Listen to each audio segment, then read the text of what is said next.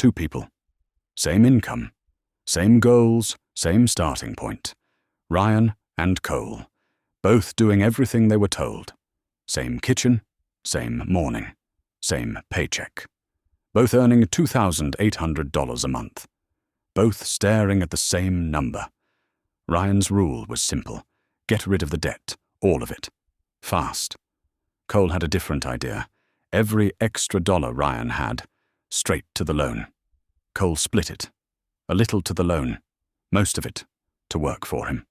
10 years go by. Ryan is debt-free, exactly like he planned. Cole still has some debt.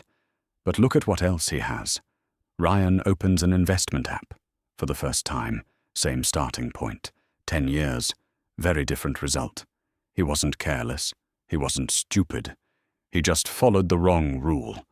He followed every rule. That's what cost him. I'm James, and this channel is about how money actually works. Not the way we were taught, not the way everyone assumes, the way it actually is. Today we're going to cover exactly where this rule came from, why the math doesn't work the way you think, and what to do instead. If you're not subscribed, do it now.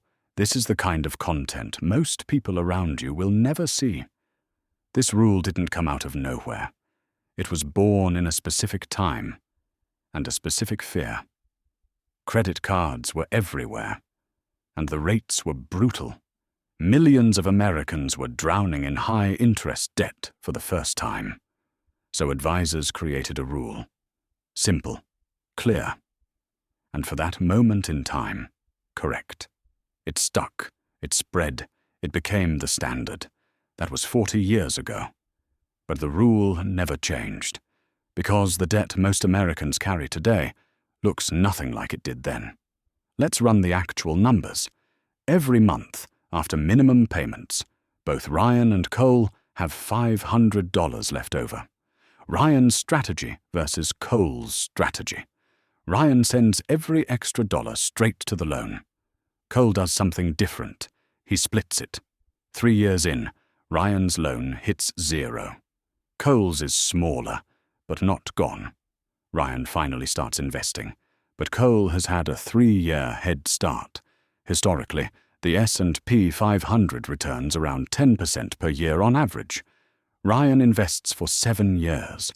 His portfolio grows to $57,000. Cole invests for 10 years. His portfolio grows to $76,000. Same market, same returns, different starting point. $57,000 versus $76,000. A $19,000 difference, just from starting 3 years later. These 3 years, the ones Ryan skipped, are the most valuable years on the chart. Compound interest doesn't reward those who wait. It rewards those who start. The earlier you plant, the deeper the roots grow. Time in the market beats timing the market. But here's what most people get wrong about this idea. It's not about whether debt is bad. It's about the rate. If your debt is at 5% and the market averages 10%, the math favors investing. But if your debt is at 9%, suddenly it's not so clear. And if your debt is at 12%, the math flips completely. There's a line, and knowing where it is changes everything. 3 zones. Each one tells you something different. Red zone, credit cards, high-interest personal loans. Pay them down aggressively. Green zone, student loans, most mortgages, low-rate auto loans. Invest the difference. Yellow zone. This is where your personal situation matters most. One exception to all of this: credit cards. They are never in the green zone, no matter what your rate looks like elsewhere. Credit cards always get paid first. Now let's talk about the real reason most people choose Ryan's strategy anyway. Debt feels heavy. That's not a metaphor. It's how the brain actually processes it. Every payment feels like progress. And it is. But progress toward what? Ryan feels relief. Cole feels mild discomfort. But look at what's happening on each side. Fast forward again. Both men are now 45. Same man, different number. He did everything right, and he still ended up behind. Comfort has a price. Most people never calculate it. There's another side to this story that doesn't get talked about. Banks understand this math better than anyone. They earn from your debt, and they earn from your inaction. Two streams, one destination, and most people are feeding both without knowing it. And the standard advice makes it easy to stay in that loop.